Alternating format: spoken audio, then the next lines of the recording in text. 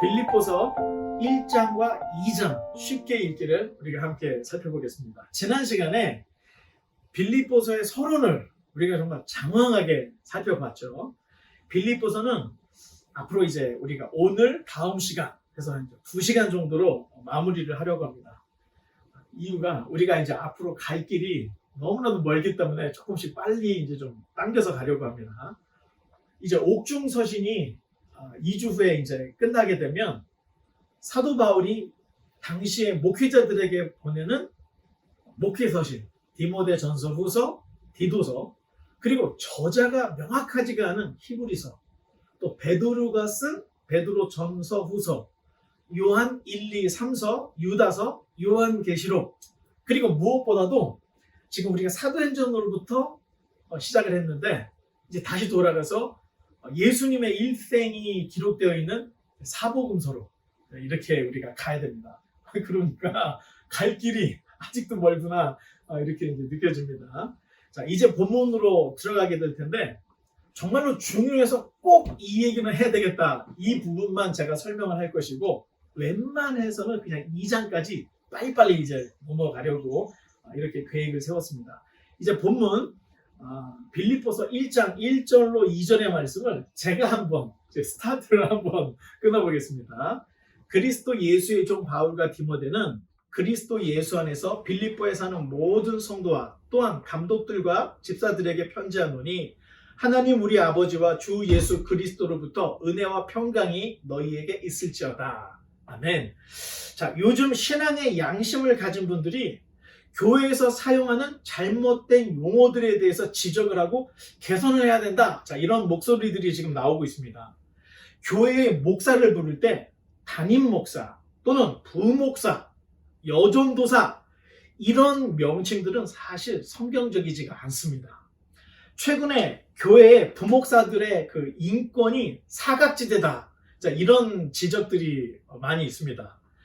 부목사는 담임 목사가 부재하거나 또 자리를 비우면 이 담임 목사 대신 그 목사의 역할을 하는 사람이 바로 부목사입니다.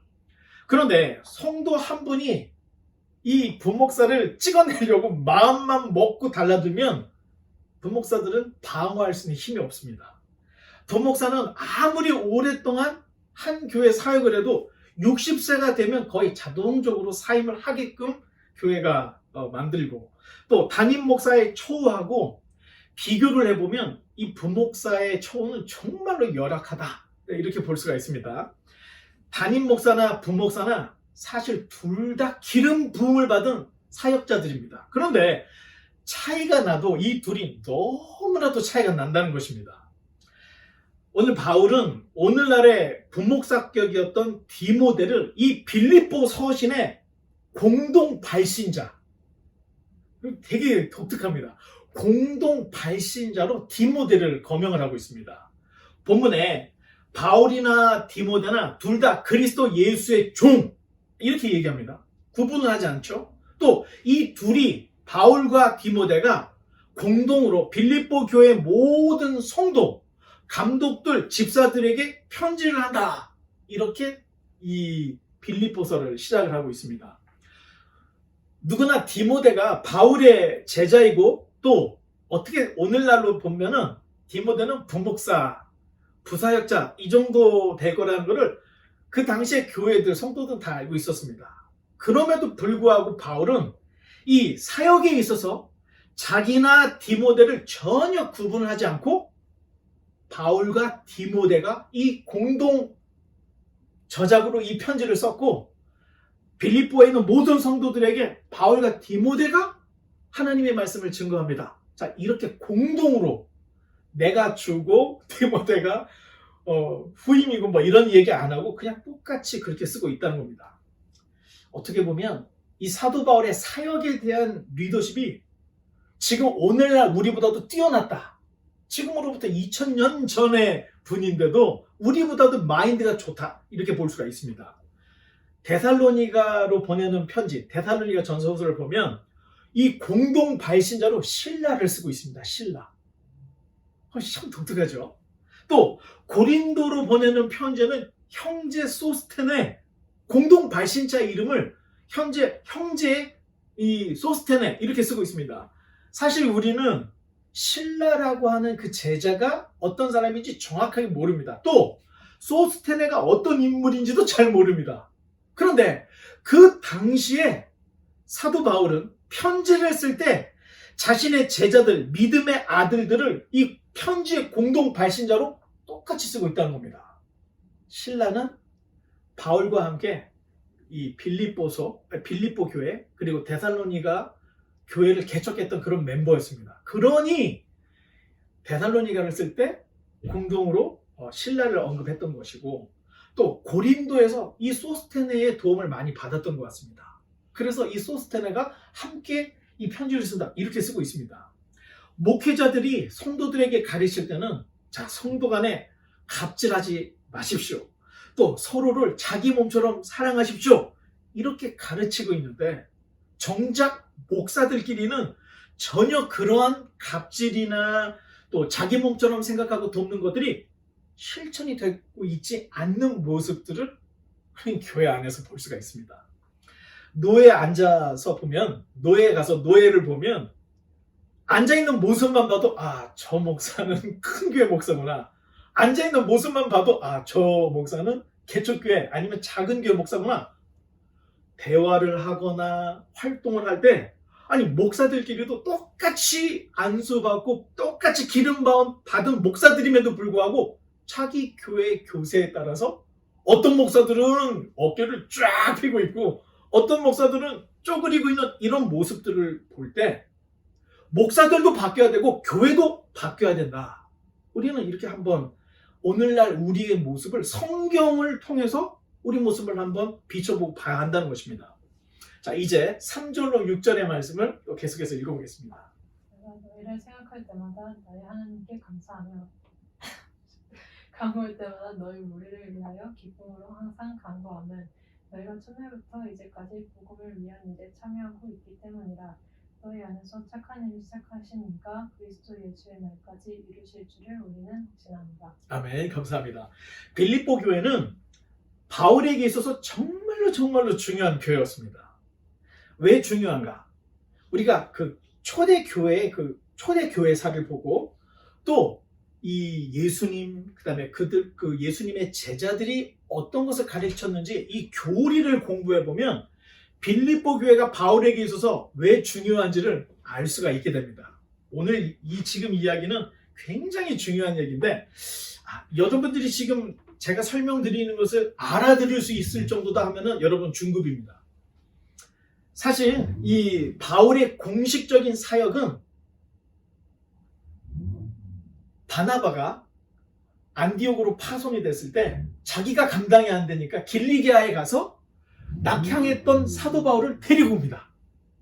그리고 안디옥 교회로부터 성령께서 바나바와 바울을 따로 세워서 후원을 해서 이 아시아로 복음을 전도하게 하는 사역이, 공식적인 사역이 시작되는 곳, 이런 것들을 우리가 볼 수가 있죠. 안디옥 교회는 바울의 후원 교회였습니다.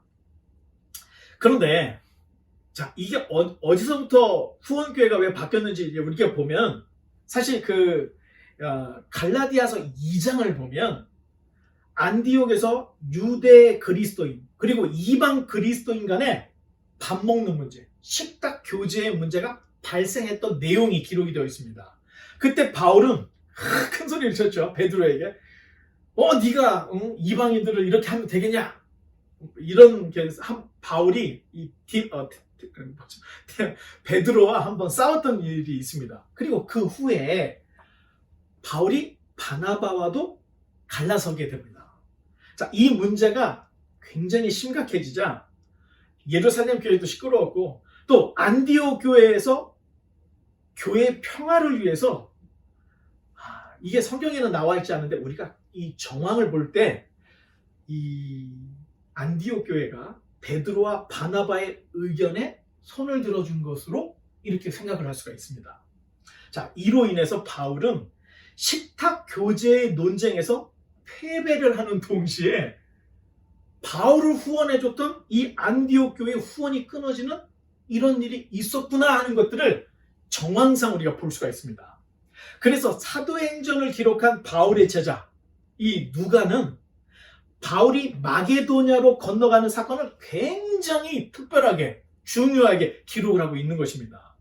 바울이 우발적으로 마케도냐로 건너간 것이 아니라 저녁에 주님께서 환상 가운데 지시를 하신 하나님이 또 바울에게 주신 특별한 사명이었다. 자, 이런 내용으로 사도행전에 기록을 하고 있습니다. 바울이 마게도냐로 건너가서 개척한 빌립보 교회는 바울을 후원하는 이 바울을 새롭게 후원하는 선교 거점이 되는 교회였습니다. 그래서 본문 5절에 오늘 본문 5절에 첫날부터라고 되어 있는데 바울이 개척을 했으니까 그때부터 바울의 사역에 후원 물심양면 후원으로 빌립보 교회가 동참을 해 주었기 때문에 오늘 본문의 바울은 첫날부터라는 말을 이 빌립보 교인들에게 하고 있는 것입니다.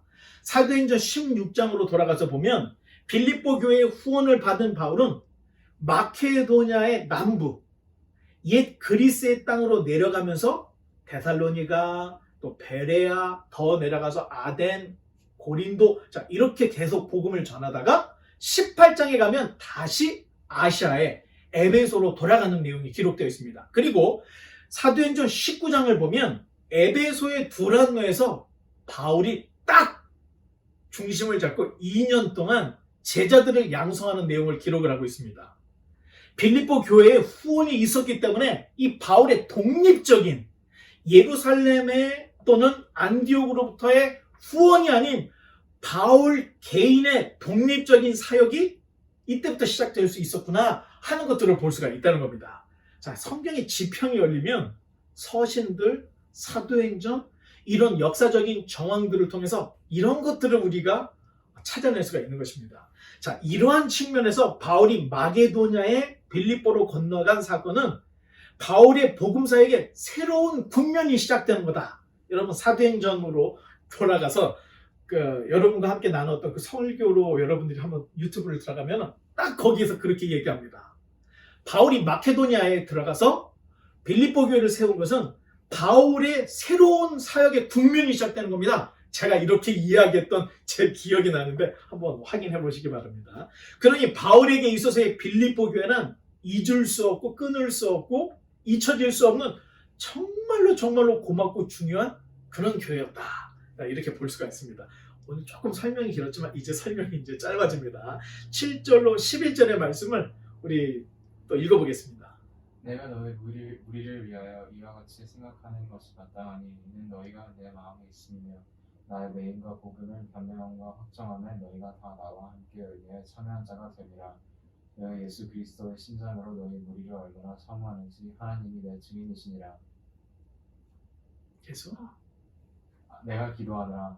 너희 사랑을 지식과 모든 청명으로 점점 더 풍성하게 하사 너희로 지극히 선한 것을 분별하며 또 진실하며 허물 없이 그리스도의 날까지 이르고 예수 그리스도로 말미암아 의의 열매가 가득하여 하나님의 영광과 찬송이 되기를 원하노라. 아멘. 감사합니다.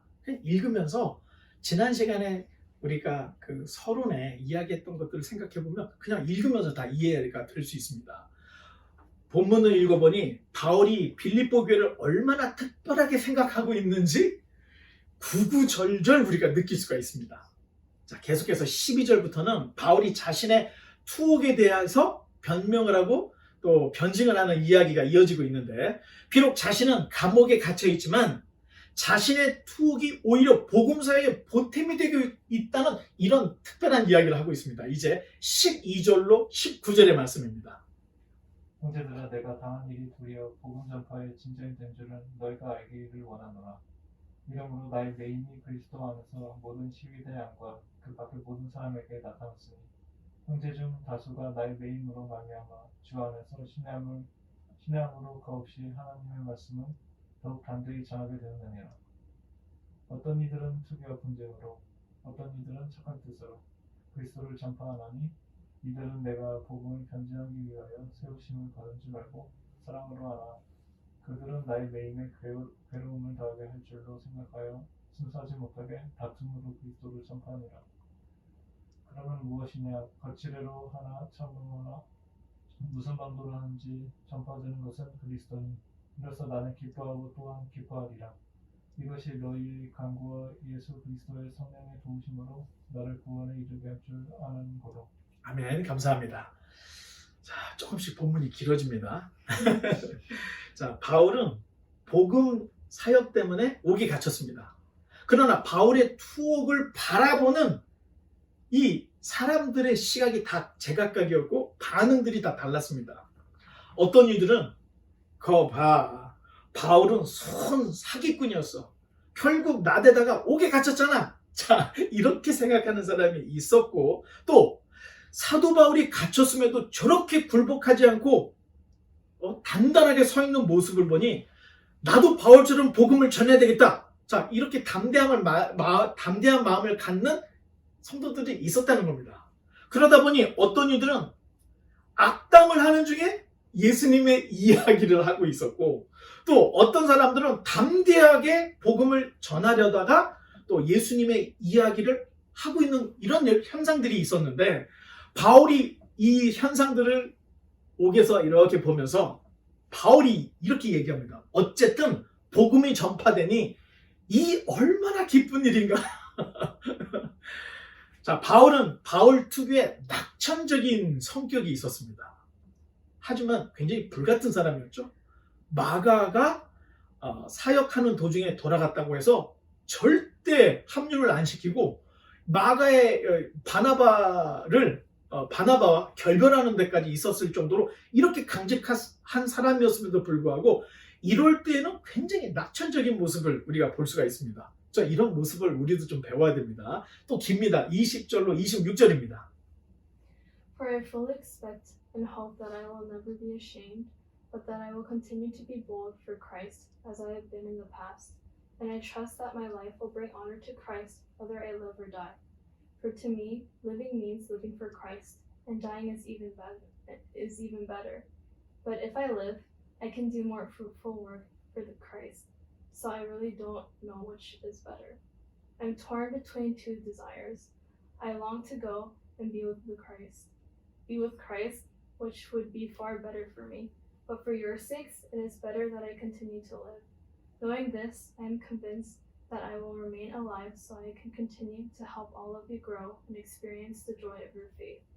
And when I come to you again, you will have even more reason to take pride in Christ Jesus because of what he is doing through me. 아멘. 감사합니다. 바울의 투옥 기간은 예루살렘에서 체포돼서 가이사랴 감옥에 2년, 그리고 로마로 호송이 될 때 대충 우리가 계산해 보니까 한 6개월 정도 생각해 볼 수 있고, 가택 연금 기간이 2년쯤으로 총 4년 반에서 5년 정도로 이렇게 우리가 추측을 합니다.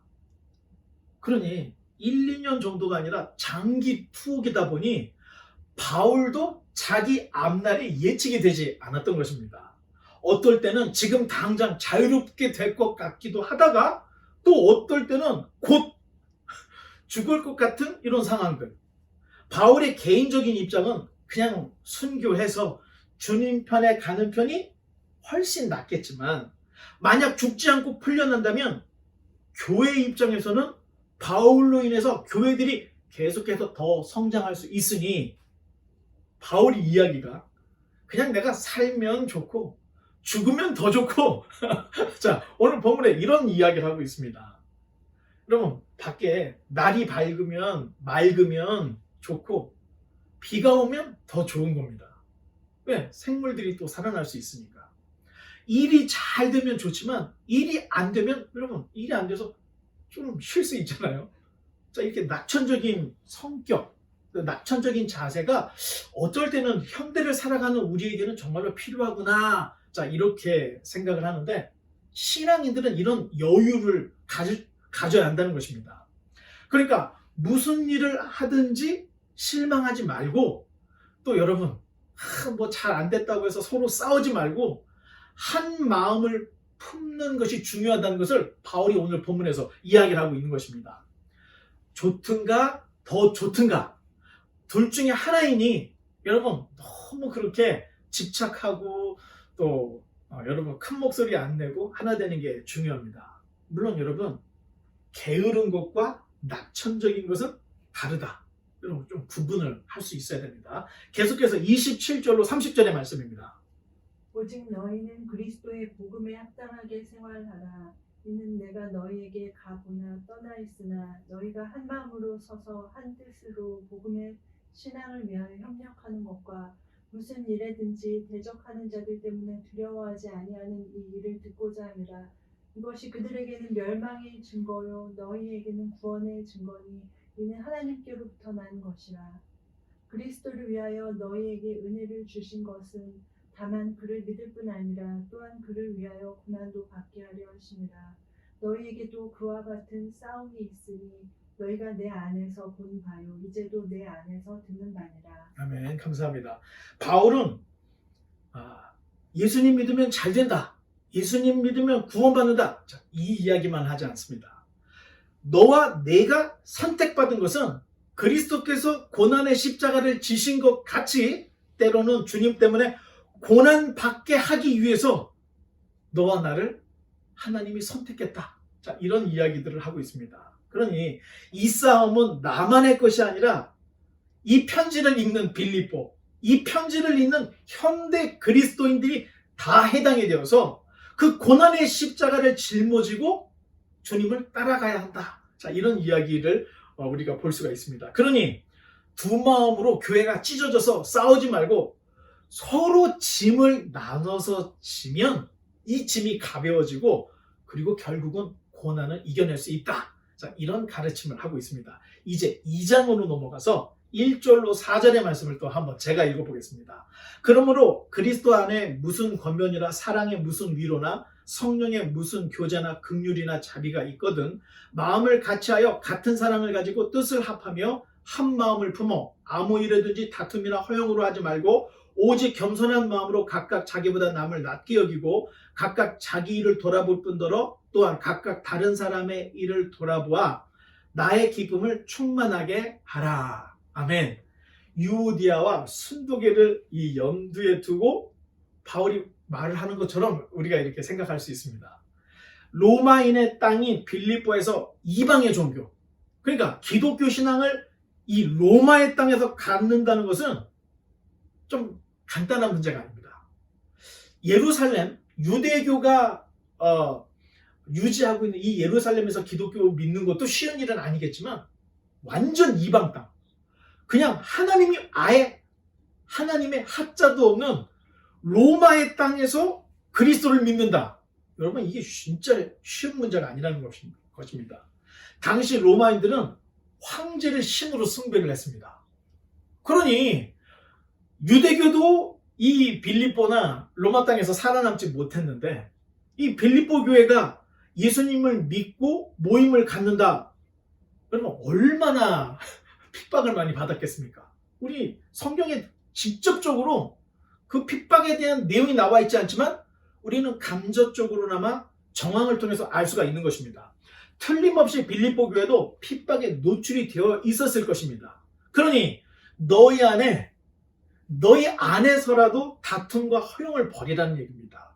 그리고 마음을 같이 해서 짐을 함께 지면 이 핍박과 고난을 이길 수가 있어. 자, 바울이 이런 이야기를 하고 있습니다. 이제 위대한 모범이신 예수 그리스도의 이야기로 왜 너희가 다툼과 허용을 버리고 마음을 같이 해야 하는지, 자, 예수님을 통해서 바울이 계속해서 이야기를 하고 있는데 5절로 좀 깁니다. 11절까지의 말씀을 또 읽어주시기 바랍니다. 너희 안에 이 마음을 품으라. 곧 그리스도 예수의 마음이니 그는 근본 하나님의 본체시나 하나님과 동등됨을 취할 것으로 여기지 아니하시고 오히려 자기를 비워 종의 형체를 가지사 사람들과 같이 되셨고 사람의 모양으로 나타나사 자기를 낮추시고 죽기까지 복종하셨으니 그 십자가의 죽으심이라. 이러므로 하나님이 그를 지극히 높여 모든 이름 위에 뛰어난 이름을 주사 하늘에 있는 자들과 땅에 있는 자들과 땅 아래에 있는 자들로 모든 무릎을 예수의 이름에 꿇게 하시고 모든 입으로 예수 그리스도를 주라 시인하여 하나님 아버지께 영광을 돌리게 하셨느니라.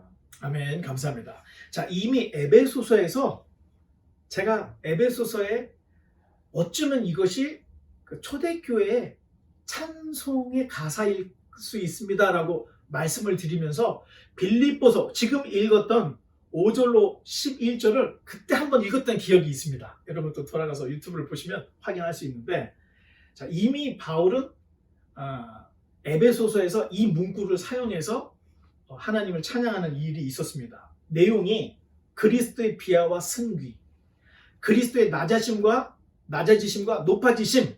자, 이 문구를 바울이 또 쓰고 있습니다. 이 안에는 예수님의 아담 모형론이 포함이 되어 있습니다. 자, 여러분도 알다시피 아담은 하나님의 형상으로 창조가 되었습니다. 그런데 하나님처럼 되려다가 아담과 인류가 끝장이 나버렸습니다. 그런데 두 번째 아담으로 오신 예수님은 자기 자신이 하나님이심에도 불구하고 자기 자신을 비워 종의 형체로 죽기까지 복종했다. 첫 번째 아담은 실패자, 두 번째 아담 예수님은 겸손과 복종으로 결국 우리를 구원의 길로 인도했다. 그러니 순종과 겸손을 배우고 예수님을 본받아야 된다. 자, 이런 이야기를 하고 있는 것입니다. 자, 계속해서 12절로 16절의 말씀입니다. 그러므로 나의 사랑하는 자들아, 너희가 나 있을 때뿐만 아니라 지금 나 없을 때도 항상 복종하여 두렵고 떨림으로 너희 구원을 이루라. 너희 안에서 행하시는 이는 하나님이시니 자기의 기쁘신 뜻을 위하여 너희에게 소원을 두고 행하게 하시느니 모든 일을 원망과 시비가 없이 하라. 계속. 이는 너희가 흠이 없고 순전하여 어그러지고 거스르는 세대 가운데서 하나님의 흠없는 자녀로 세상에서 그들 가운데 빛들로 나타내며 생명의 말씀을 밝혀 나의 다름질이 헛되지 아니하고 수고도 헛되지 아니하므로 그리스도의 날에 내가 자랑할 것이 있게 하려 합니다. 아멘. 감사합니다. 자, 누군가가 있을 때나 없을 때나 눈치 보지 말고, 바울이 있다고 해서 바울 눈치 보면서 잘하는 척 하지 말고, 바울이 없어도 있는 것처럼, 자, 눈치 보지 말고 그리스도의 순종과 겸손을 배워서 하나님께서 원하시는 사람이 돼야 되지 않겠느냐. 자, 이런 권면을 하고 있는 것입니다. 자, 오늘 가톡 시간에 순종과 겸손에 대해서 이야기를 함께 우리가 나눠보겠습니다. 그리스도 안에서의 순종, 그리스도 안에서의 겸손이 무엇인가 우리가 한번 대화를 통해서 이야기를 나눠볼 텐데, 계속해서 17절로 18절을 또 읽어보겠습니다. 만약 너희 믿음의 재물과 섬김 위에 내가 나를 전제로 드릴지라도 나는 기뻐하고 너희 무리와 함께 기뻐하리니 이와 같이 너희도 기뻐하고 나와 함께 기뻐하라. 아멘. 감사합니다. 본문에서 사용되는 이 제물, 전제는 성전 예배에서 사용하는 성전 예배 용어들입니다. 자, 제물은 희생 제사의 제물이고, 관제는 이 태워드리는 제물에 부어드리는 포도주를 이야기합니다. 어쩌면 복음으로 인한 이 모든 수고를 희생 제사로 사도 바울이 비유적으로 설명을 하고 있는데, 제사 용어, 또 이 제사의 장면을 연상하게 하는 그림 언어를 사용하고 있다. 우리 이렇게 볼 수가 있습니다. 자, 너와 나의 수고는 그냥 일반 회사에서 일반 공부하면서 하는 수고, 이 정도가 아니라는 얘기입니다. 하나님께 희생 제사, 하나님께 부어드리는 관제와 같이 바로 거룩한 수고다. 자, 이런 이야기를 사도 바울이 하고 있습니다. 계속해서 19절로 24절의 말씀입니다.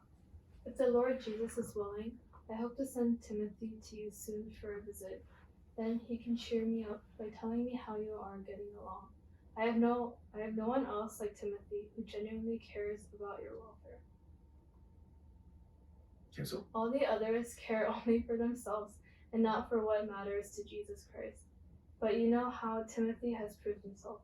Like a son with his father, he has served with me in preaching the good news. I hope to send him to you just as soon as I find out what is going to happen to me here. And I have confidence from the Lord that I myself will come to see you soon. 아멘. 감사합니다. 자, 바울은 옥에서 쉽게 나갈 수 있는 이런 상황이 아니었습니다. 그럼에도 마지막 절에 내가 속히 가게 될 것을 주 안에서 확신한다. 자, 이런 얘기를 하고 있죠. 바울처럼 교회를 돌봐줄 수 있는 사람, 바울이 갈 수 없으니까 바울 대신 교회를 자기 몸처럼 돌봐줄 수 있는 사람이 누군가? 그게 바로 디모데다. 이렇게 소개를 하고 있습니다. 바울도 가능하면 빌립보 교회를 꼭 방문하고 싶지만 지금은 내가 갈 수 없으니 디모데를 보내겠다. 자, 이런 이야기를 하고 있습니다. 25절로 27절을 또 계속해서 읽어보겠습니다. 그러나 에바브로디도를 너희에게 보내는 것이 필요한 줄로 생각하노니 그는 나의 형제요 함께 수고하고 함께 군사된 자요 너희 사자로 내가 쓸 것을 돕는 자라. 그가 너희 무리를 간절히 사모하고 자기가 병든 것을 너희가 들은 줄을 알고 심히 근심한지라. 그가 병들어 죽게 되었으나 하나님이 그를 긍휼히 여기셨고 그뿐 아니라 또 나를 긍휼히 여기사 내 근심이 근심을 면하게 하셨느니라. 아멘. 감사합니다. 지난 시간에 우리가 설명 들었던 것들 그 내용이 지금 우리가 읽으면서 다 나오죠. 계속해서 마지막 28절로 30절이 이제 마지막인데 우리 한번 끝내는 마음으로 다 같이 한번 읽어보겠습니다. 시작. 그러므로 내가 더 급히 그를 보낸 것은 너희로 그를 다시 보고 기뻐하게 하며 내 근심도 덜려 함이니라. 이러므로 너희가 주 안에서 모든 기쁨으로 그를 영접하고 또 이와 같이 같은 자들을 존귀히 여기라. 그가 그리스도의 일을 위하여 죽기에 이르러도 자기 목숨을 돌보지 아니한 것은 나를 섬기는 너희의 일에 부족함을 채우려 함이니라. 아멘.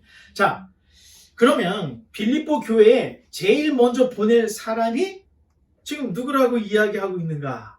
자, 내용을 보니까 첫 번째는 에바브라티도를 먼저 보내야 되는 게 급선무다. 이 얘기를 하고 있고 그 다음 디모데, 자기 몸처럼 사역하는 디모데를 보내고 또 기회가 된다면 출소를 해서 바울 자신도 이 빌립보 교회를 가보겠다. 자, 그런 이야기를 하고 있습니다. 그러면서 당부하기를 바울의 마인드입니다. 바울도 디모데도 에바브라티도도 다 주님께 부름받은 기름 부음을 받은 이 교회 부족을 채우려고 자기 목숨을 돌보지 않는 예수의 마음을 품은 일꾼들이니 에바브라디도 그 다음에 디모데가 너희에게 도착을 하면 기쁜 마음으로 그들을 영접하고 존귀히 여기라 이렇게 이야기를 하고 있습니다.